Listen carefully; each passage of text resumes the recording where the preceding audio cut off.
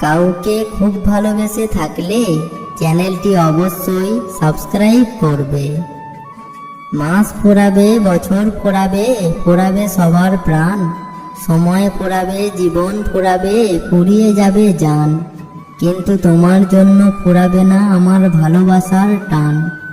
একদিন আমার দেখা হলো সুন্দর এক পরীর সাথে, আই লাভ ইউ বলে দিলাম সেই মুহূর্তেই তাকে।